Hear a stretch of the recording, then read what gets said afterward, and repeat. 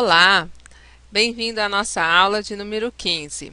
Nesta aula trabalharemos literatura, escola literária do classicismo.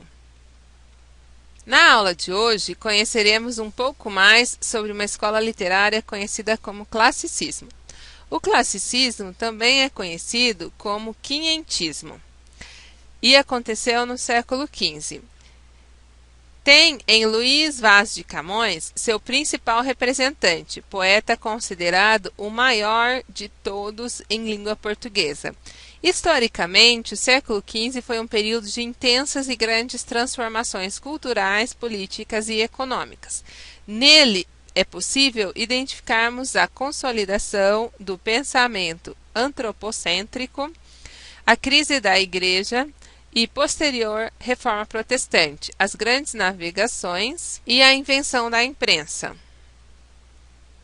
Todos esses acontecimentos fizeram com que o homem classicista almejasse coisas diferentes, pensasse e, consequentemente, produzisse arte de maneira também distinta.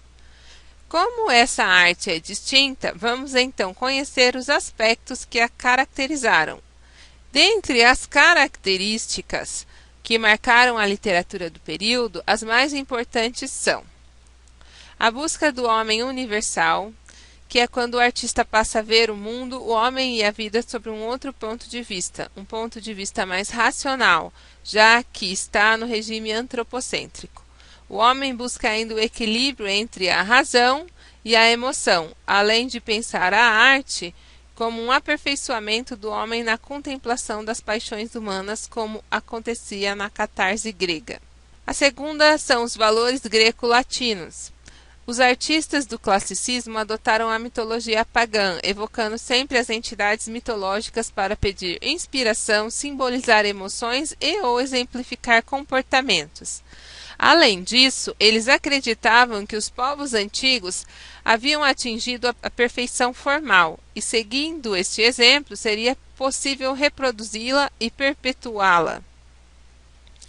Logo a seguir, nós temos novas medidas e formatos. Sá de Miranda introduziu nesse período algumas novas formas de composição, tais como o soneto, o verso decassílabo e a oitava rima. Consciência da nação. O artista classicista, além de trabalhar com o conceito do homem universal, passa a desenvolver uma consciência de nação devido ao fenômeno das grandes navegações, as quais desenvolveram no povo português a ideia de heroísmo. Além disso, nós temos o amor platônico. Na produção lírica, o conceito de amor platônico é resgatado, correspondendo ao conceito de amor perfeito, que não está ligado ao ser material, se elevando do mundo terreno para um mundo espiritual. Essa característica ela vai gerar uma outra, que é a grafia da palavra amor com a inicial maiúscula, ou seja, amor escrito com letra maiúscula quando estiver neste contexto. Então, quando o amor estiver escrito com letra maiúscula, é um amor idealizado, um amor espiritual. Como já falamos no início, o maior representante do movimento classicista em Portugal foi Luís Vaz de Camões. Considerado pelos críticos como o poeta mais importante da literatura lusitana, Camões se destaca em duas vertentes, a saber, a lírica e a épica. Vamos conhecer então um pouquinho mais da lírica. Na lírica, a inspiração ela é subjetiva. Então, nós temos aí a fonte de inspiração do poeta era a sua amada Dinamene. Na lírica camoniana, o amor é idealizado, mas não impossível. Aqui, ele é carnal, até erótico, mas é possível também identificarmos a presença de antíteses, figura de linguagem que se caracteriza por opostos, criando uma dualidade nos textos. Veja como isso acontece em um trecho do poema Amor é fogo que arde sem se ver. Então vemos aí, amor é um fogo que arde sem se ver, é ferida que dói e não se sente, é um contentamento descontente, é dor que desatina sem doer. Então aqui nós temos a presença de antíteses, quando ele trabalha com ideias que são opostas, Amor é fogo, mas arde sem se ver. Por exemplo, é ferida que dói, mas não se sente. Tá? A segunda vertente é a poesia épica. Tem como via de regra uma narrativa longa. Aqui no caso, ela é feita em verso. Tem um protagonista que será o herói, sempre incorruptível, e seus antagonistas. Além disso, o tema será sempre um grande feito histórico. A epopeia sobre a qual nós vamos falar hoje é Os Lusíadas de Camões. Ela é composta por 8.816 versos, agrupadas em 1.102 estrofes, as quais são divididas em 10 cantos e 5 partes, a saber: em primeiro lugar, nós teremos a proposição, que é o momento de apresentar o tema ou o herói. Em segundo lugar, nós temos a invocação, que é na qual ele invoca as divindades, né? Aqui, o eu lírico ele invoca as Tágides, que são as ninfas do rio, para que lhe deem inspiração. Em terceiro lugar, nós teremos a dedicatória, que é quando o eu lírico dedica a obra para Dom Sebastião. E em quarto lugar, nós teremos a narração, que é a parte mais longa da obra, que ele desenvolve o tema contando a viagem de Vasco da Gama até as Índias. E, em último, nós teremos o epílogo, que é quando, ao final do poema, Camões faz uma reflexão sobre tudo o que aconteceu, que na verdade é uma reflexão sobre a condição humana na Terra. Então, nessa obra, o poeta conta a trajetória dos portugueses na intenção de buscar um caminho que levasse às Índias, a fim de fortalecer o produto vendido, as relações comerciais. Quem comanda essas embarcações é Vasco da Gama. Então, nós temos aqui um exemplo dos Lusíadas de Camões, é um trechinho do primeiro canto, a introdução.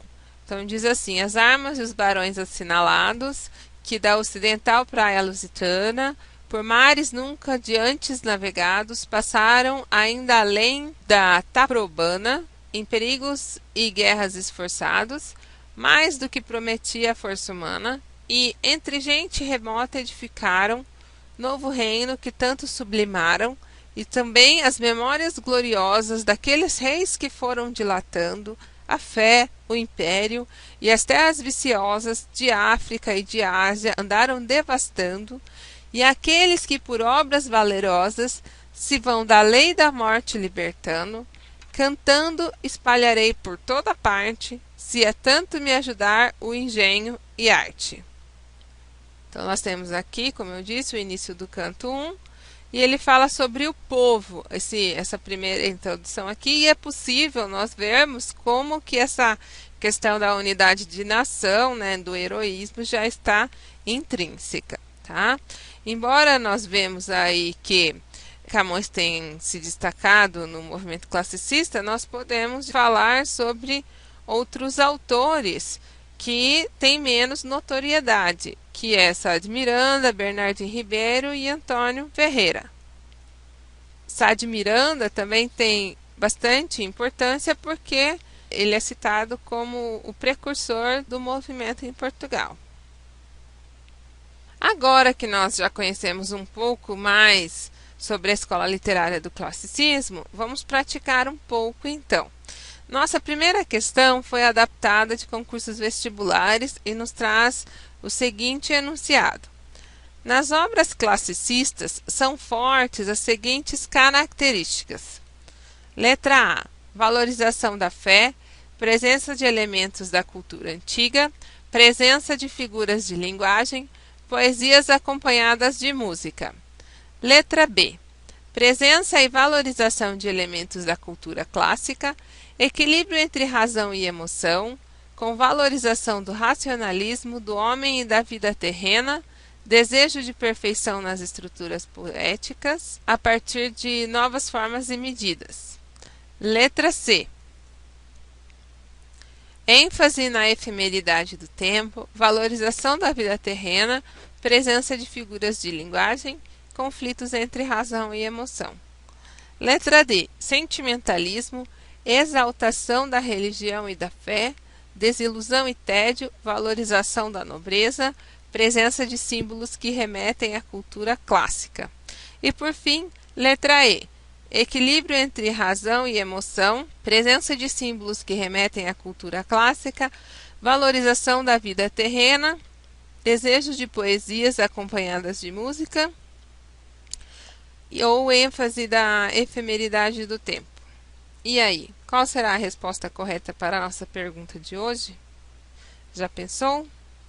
Pois bem, a correta é a letra B. Presença e valorização de elementos da cultura clássica, equilíbrio entre razão e emoção, com valorização do racionalismo, do homem e da vida terrena, desejo de perfeição na estrutura poética a partir de novas formas e medidas. Continuando, o nosso segundo exercício é uma questão adaptada da FUVEST e nos traz o seguinte texto. Pensando-se na lírica de Camões e nas características que a permeia, assinale a resposta correta. Letra A.